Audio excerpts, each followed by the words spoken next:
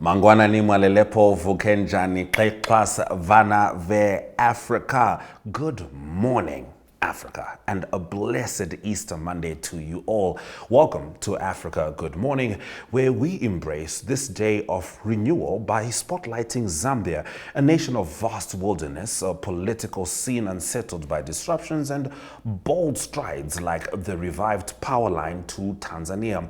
In 2025, Zambia's story resonates with Easter's message of hope amid adversity.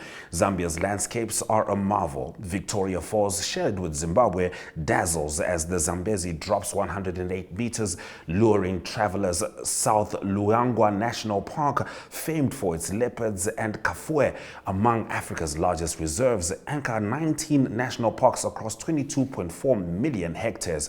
The traditions of 73 tribes, like the Kuomboka ceremony, enrich its culture. Tourism grows with 1,392,153 visitors in 2023, a 32.2% rise from 2022, projected in yield $133.7 million in 2024, though Zambia lags behind Botswana's visitor numbers. Politically, Zambia in 2025 navigates reform and tension. President Hakainde Hichilema's government, elected in 2021, has secured a $1.3 billion IMF bailout and restructured $6.3 billion in debt, targeting 6.3% growth in 2025 to 2026, despite the 2024 drought's impact on agriculture and hydropower. Mining investments over $7 billion fuel optimism, but governance concerns mount.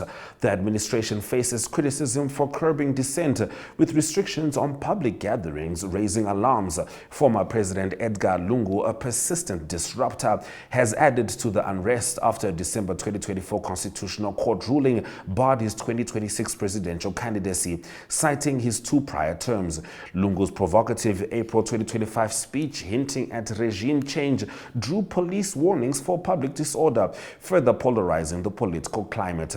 Zambia's 2025 stories highlight resilience and ambition. A cholera outbreak with 23,378 cases by August 2024 due to water access gaps for the 6.4 million drives urgent sanitation reforms. A July 2024 tourism pact with Zimbabwe and Mozambique, paired with an e-visa system, boosts global appeal. The World Bank's Tralard project, aiding 31,514 households in northern Zambia, 55% women-led, advances climate-resilient farming across 99,515 hectares. Significantly, Zambia has resumed work on a power line to Tanzania, part of the Zambia-Tanzania-Kenya interconnector. This $1.4 billion project, backed by the African Development Bank, aims to import 300 megawatts by late this year, addressing load shedding worsened by drought-hit hydropower and bolstering energy security. As Easter Monday inspires hope, Zambia's journey, tested by disruptors like Lungu but driven by projects like the power line, reflects a nation forging ahead. Join us on Africa Good Morning to explore these narratives, celebrating resilience and progress. Happy Easter, Africa. Zambia Kuchalo. Irongo Med is a leading distributor, working in partnership with NewMed and WestMed to meet the comprehensive needs of the Namibian healthcare sector. As a partner pursuing sustainable global healthcare, we offer industry-leading medical solutions through our key focus areas, which include pharmaceuticals, orthopedics, ophthalmology, surgical devices and capital equipment, as well as a well-established scientific laboratory division.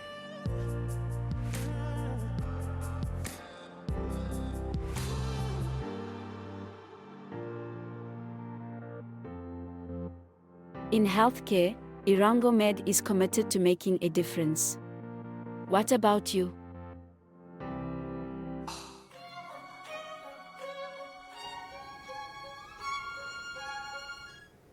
This Easter Monday, we dive into Zambia's dynamic political and social landscape, where the push for progress meets the pull pool of division. Tensions have flared as former leaders' disruptive actions, marked by provocative speeches and a barred presidential candidacy, stir unrest, challenging the nation's democratic fabric. Meanwhile, communities grapple with a persistent cholera outbreak, highlighting the urgent need for better water access and public health measures. Yet, hope emerges through grassroots efforts like a rural farming initiative empowering thousands of households, many led by women, to build climate-resilient livelihoods. These stories, woven with resilience, set the stage for clips that capture Zambia's complex journey, reflecting the Easter spirit of renewal amid struggle.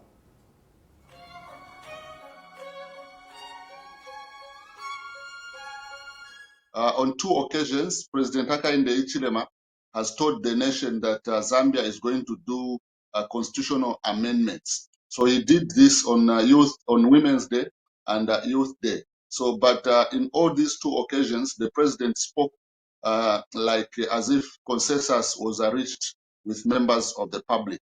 So this has angered a number of civil society organizations, political parties, and ordinary members of the public who have said that constitutional amendments are welcome, but they must be done in people must be involved.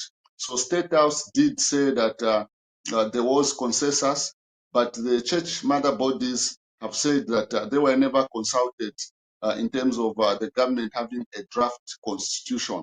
So what this has prompted political parties such as Tonse Alliance, where former President Edgar Lungu is the chairman, to call for public demonstrations against proposed amendments to the constitution.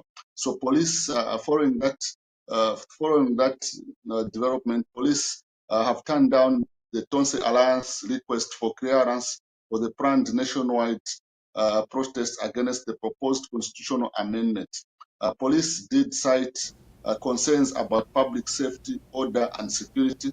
Nkombo is seen to be a key figure of the governing United Party for National Development. He is the chairman of elections, and he has been a member of parliament for more than 15 years.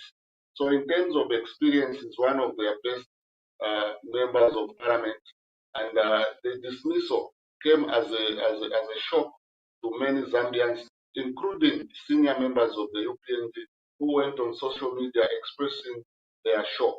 And as we all know, the president doesn't give reasons why someone has been dismissed, but there's wide speculation that the dismissal it could be linked to the presidential ambitions of Mr. Gary Nkombo.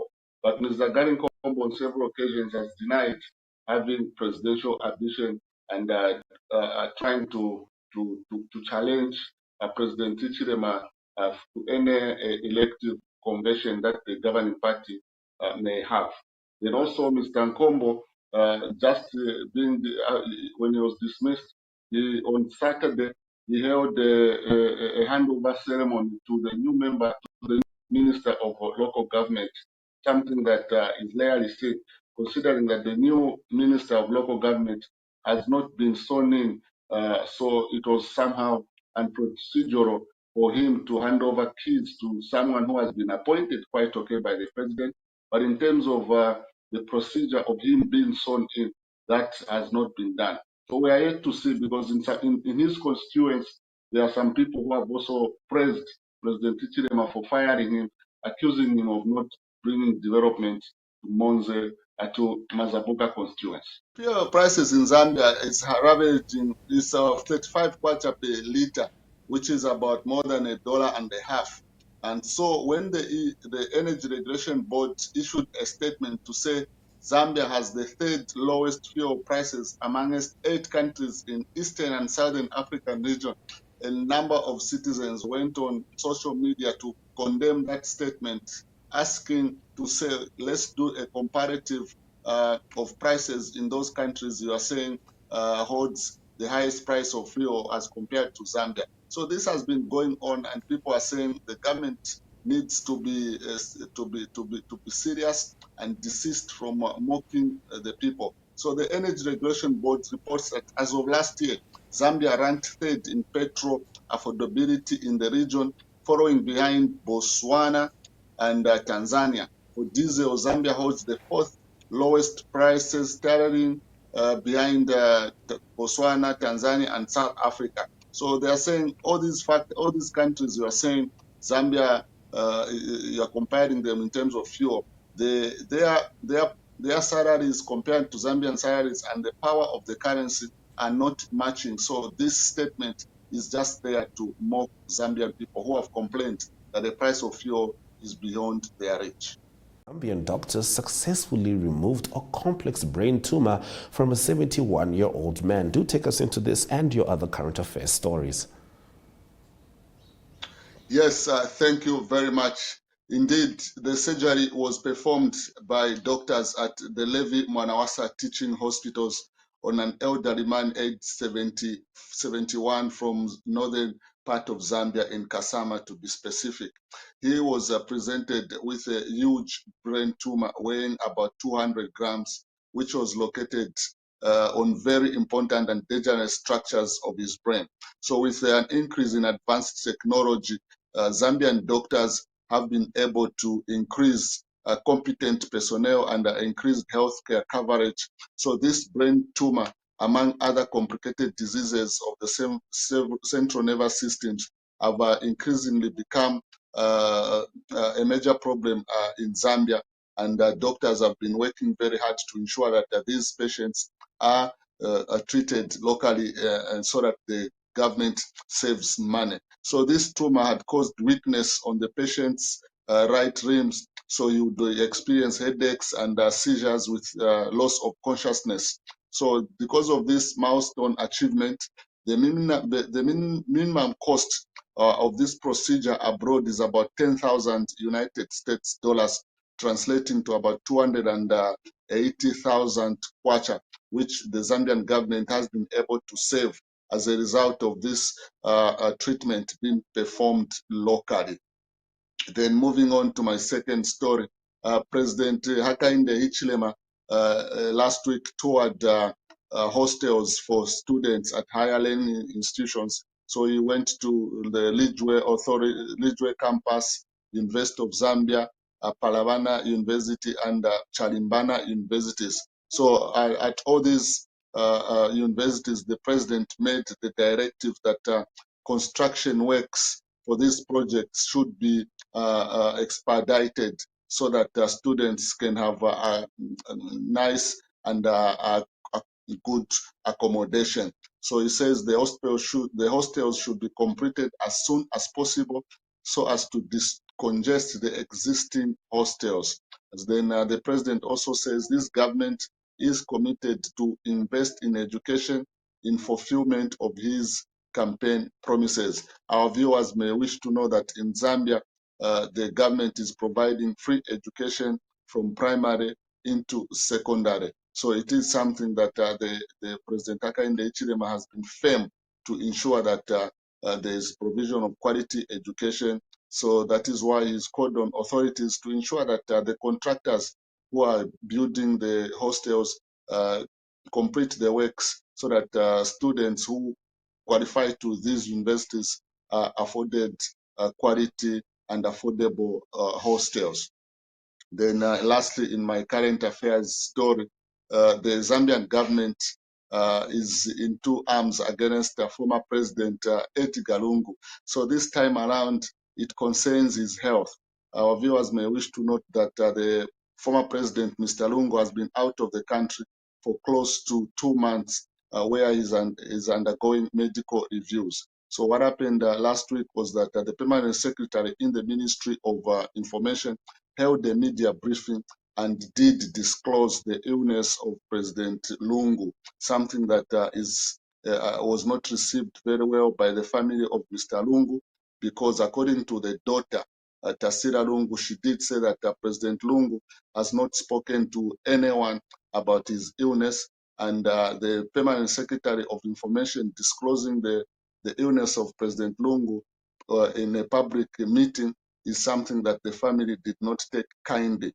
Then the twist to this was that the Minister of Information did disown the permanent secretary to say what he said.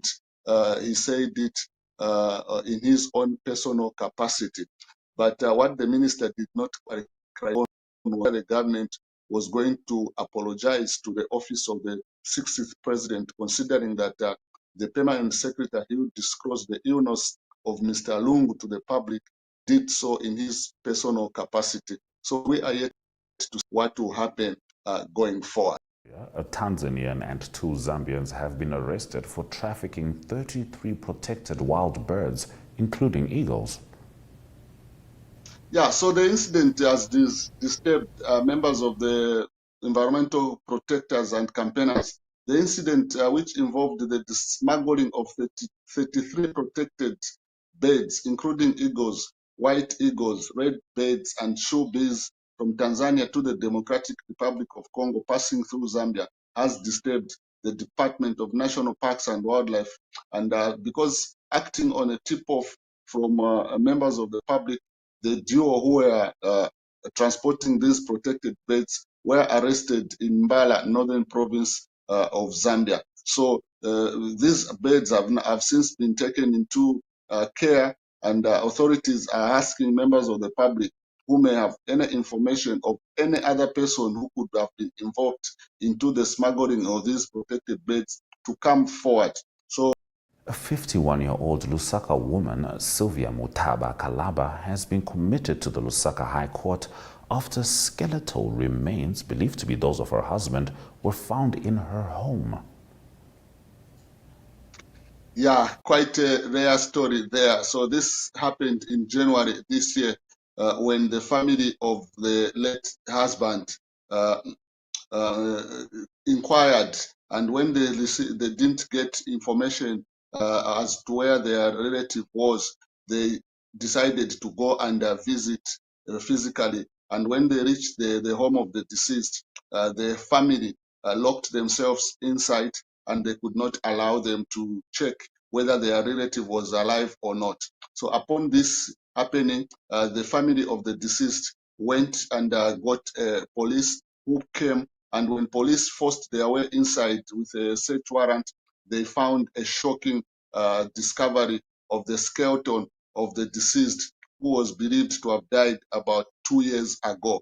So because of this, police did arrest the wife, that is Sylvia, and 3 and 4 of her children, because all the children were said to have occupied this house even when the deceased had died.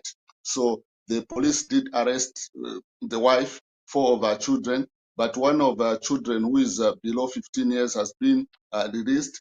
Then one suspect, the 5th suspect, who is also believed to have been a friend to Sylvia, has also been charged with failure to give notice of death to authorities. So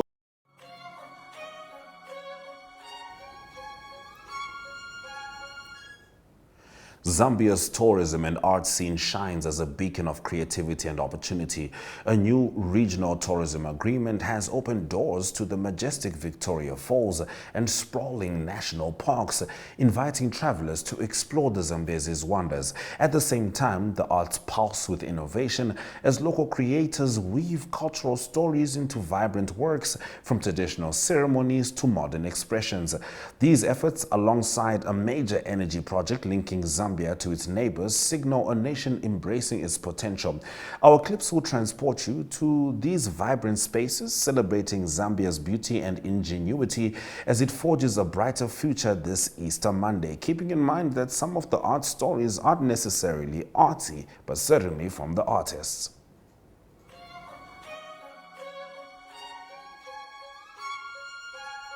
Seems to be a change where authorities in the country are beginning to use people like musicians to speak against the ills of abuse of social media. But a number of stakeholders are also worried to say it seems government has taken hold of influential people who speak for the voiceless by making them join their crusade of silencing dissenting views on the internet. So according to Maktu, who is one of Zambia's popular musicians, he says people should avoid using social media for malicious activities that can land them in trouble. He notes that social media is a powerful tool when utilized properly, but can provide a source of income and contribute to one's livelihood. So just last week again, one of Zambia's telecoms giant did launch social media awards, where the winner of those awards is going to walk away with a brand new Toyota Hilux. So it looks to be going into that direction. But people are skeptical because they are saying social media has been there and it is one of the platforms that people use to communicate with their government when they are not happy with certain arrangements. So Yomax has been making waves in the Zambia music industry, despite him being one of our popular artists. On the other hand, he's also been very critical of the Zambia Association of Musicians. It came up because it came up like this because the Zambia Association of Musicians recently announced that no musician will be allowed to perform in Zambia if the musician is not a fully paid up member of the association. So Yomap did say, actually, the association does not do anything for musicians. They only pop up when there is a funeral of an artist who has died. So this issue of them restricting promoters and event organizers not to hire a member who is a musician who is not paid up member is not here nor there. So this has divided the association because other musicians like Biflo, Roberto, these are veteran musicians. They have backed the association to say that no musician should perform in the country if they are not paid up members. Now, Zambia's tourism sector experienced a remarkable surge last year, with tourist arrivals reaching 2.2 million, a 70% increase from the previous year. President Hakainde Hichilema celebrated the milestone in a tweet, calling it incredible news and emphasizing the sector's role in job creation and economic opportunities. The impressive growth has been credited to a mix of strategic marketing efforts and Zambia's rich natural and cultural heritage. One of Zambia's major traditional ceremonies that takes place in April. So the president was the guest of honor at this year's Komboka ceremony taking place in Mongu, Western Zambia. So the ceremony was held under the theme Komboka, not just a traditional ceremony. So this event attracts both local and international tourists. And the climax of this ceremony is when the king of the Lozi, known as the Lutunga, moves from Lialeui to Limolunga in his majestic, traditionally made boat called the Narikwanda, sailing through the flood plains of the Zambezi River. So this year's event was not short of controversy, as some people of the Lozi tribe threatened that the president should not attend this year's event because they believe he has not offered his promise made to the people of Western Province that he was going to honor the 1964 Balose Land Agreement.